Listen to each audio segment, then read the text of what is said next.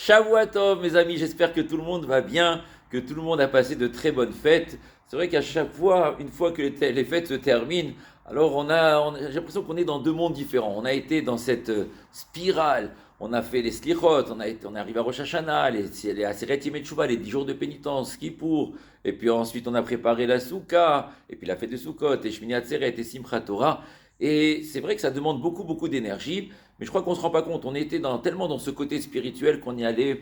Allez, on se pose même pas de questions. On y va, on fait les courses, on court, on va à la synagogue, on fait un tas de choses sans se poser trop de questions. Et ça demande beaucoup d'énergie. Et là où on a peut-être moins à préparer parce que moins de choses, moins de fêtes, eh ben on n'a plus d'énergie. Alors vous allez me dire, c'est parce que on a tellement dépensé pendant toute cette période que voilà, maintenant j'arrive, je suis un petit peu fatigué. Je suis pas sûr. Si il y avait encore des fêtes qui allaient continuer, on aurait trouvé l'énergie, on aurait trouvé la force de pouvoir continuer, mais je crois que c'est surtout deux mondes différents. Cette grande période avec toutes ces fêtes, c'est un côté spirituel tellement fort où on fait le plein, c'est vrai, le plein d'énergie. Et puis maintenant, eh ben, on a l'impression d'être un petit peu dans le vide. Et d'ailleurs, on vient d'entamer une nouvelle paracha, la paracha de Bereshit, où on a commencé à lire la création du monde, on a commencé à lire comment le monde a été réalisé, qui a été créé. Et puis ensuite, on voit un enchaînement de générations et ça a l'air un petit peu vide. Il n'y a pas grand-chose. On dit, voilà, tel homme, il a vécu, il s'est marié, il a eu des enfants, il est mort à tel âge. Et puis tel homme, et tel homme, et tel homme. On dirait comme ça une succession, et puis il n'y a rien. Et il y a ce vide-là. Et en plus, ça correspond à une période où on est rentré dans l'automne, où on va avoir un changement d'horaire. Les jours, il va faire nuit lorsqu'on va sortir, il va faire nuit lorsqu'on va rentrer. C'est compliqué. Et d'ailleurs, les Ashkénazes, ils se souhaitent souvent comme ça, Agit Winter, un bon hiver, un bon automne, parce que c'est une période qui paraît difficile. Mais normalement, si on a pris l'énergie dont on avait besoin, on n'a pas trop à avoir peur. Alors je voulais juste me partager avec vous peut-être cette petite histoire que j'ai lue, que j'ai trouvée très très belle. On vient de commencer, je l'ai dit, donc le livre de Bereshit, le commencement. Et puis on voit, dès le départ, Adam et Chava ont été créés. On les met dans un endroit magnifique, le Gan Eden. On leur dit, voilà, tout est à vous, juste vous n'avez pas le droit de toucher à cet arbre de la connaissance, mais sinon tout est à vous. L'homme, il est comme ça. L'homme a besoin toujours d'aller chercher ailleurs. Il se dit, bon, ouais, écoutez, tout est à nous, c'est très bien, mais pourquoi on n'irait pas juste dans cet endroit-là? Ensuite, on va lire l'histoire de Caïn et de Hével, de ses deux frères. Caïn, chacun travaille. Caïn va apporter un sacrifice. C'est l'homme le premier dans ce monde qui va apporter un sacrifice à Dieu. Il devrait être content d'avoir cette idée. Dieu lui dit, non, je ne veux pas ce sacrifice, mais pas dans le sens où je ne le veux pas, parce que Caïn, tu m'intéresses pas. Non, essaye de comprendre pourquoi je ne veux pas, parce qu'il ne donnait pas le meilleur de lui-même. Et puis lui, eh ben, il ne comprend pas, il va tuer son frère. On voit que l'homme, là où il est, jamais ça va, il cherche toujours autre chose. Il y avait une histoire juste après la Seconde Guerre mondiale, c'était en URSS à l'époque. Un homme, juste après cette guerre, a raconté cette histoire véridique.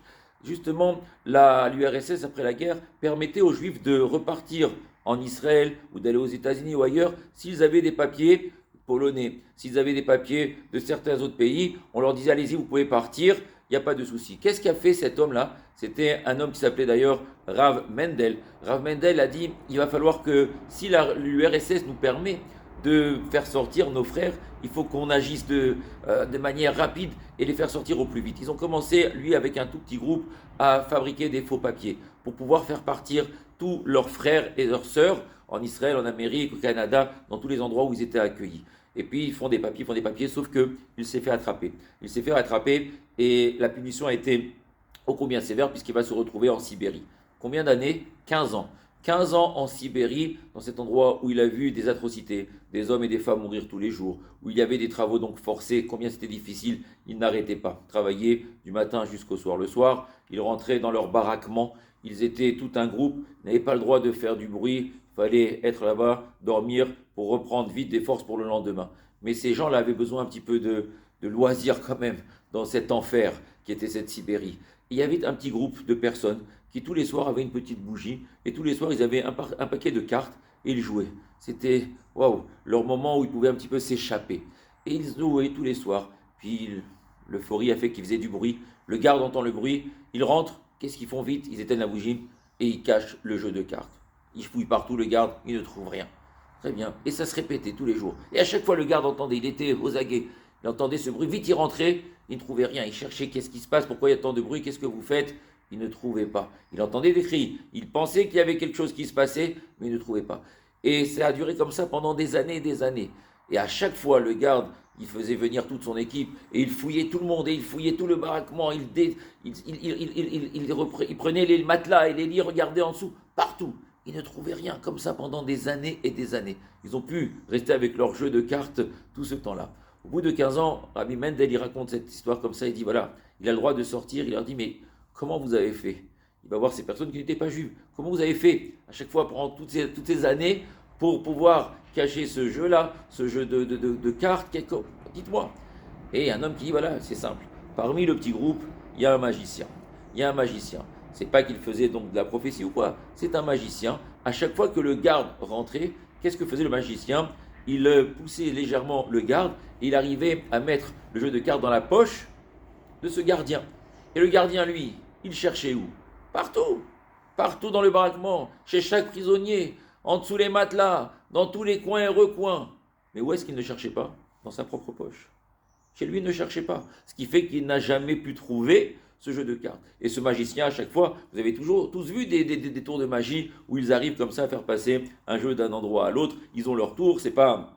Alors j'ai envie de dire, c'est pas sorcier, nous on ne connaît pas, mais on voit que beaucoup de gens sont capables de le faire quand ils apprennent ce tour. Et lui donc n'a jamais regardé dans sa poche. Et à chaque fois, le prisonnier arrivait à reprendre ce jeu de cartes lorsque le gardien allait sortir. Et là, Reb Mendel a dit, mais c'est extraordinaire. Tu m'as donné une leçon extraordinaire aujourd'hui. Très souvent, nous cherchons le bonheur ailleurs. Or, le bonheur, il est là. Il est en moi. Il est là, dans ma poche. Il est là, dans mon cœur. Il est avec moi du matin au soir. Mais moi, je cherche toujours ailleurs. Adam et Chava ont voulu regarder ailleurs que ce qu'on leur a proposé. Caïn, on lui a proposé quelque chose. Il veut voir ailleurs. Il veut autre chose. Et l'être humain, il est comme ça, sans arrêt. Or, le bonheur, il est où? Il est là. Il est chez toi. Il y avait une chanson, je crois, comme ça. Il est où le bonheur? Il est où? Eh bien, il est là. Alors, à Botaï, on est rentré, c'est vrai, dans cette période d'hiver, d'automne, où c'est difficile, où il n'y a plus de fête, où il faut attendre Pessah, où il faut attendre, où il va faire nuit, où il faut un tas de choses. Mais le bonheur, il est là. Dieu nous a donné de quoi avoir le bonheur. Bereshit, c'est un commencement. Chaque jour est un commencement. Chaque jour, on a la possibilité de faire quelque chose de nouveau. Ça, c'est extraordinaire. C'est pas un bonheur, ça? Alors, je vous souhaite, comme je l'ai dit, un bon automne, un bon hiver, beaucoup de bonnes choses, Bezrat Hashem. Et n'ayons pas peur de puiser en nous, d'aller le chercher, justement, ce bonheur, parce qu'il l'a, Dieu l'a créé. Je dis, à force de courir après le bonheur, on se rend malheureux. Ton bonheur, il est là, en toi. Une très bonne semaine et beaucoup de bonnes choses. Shavua Tov.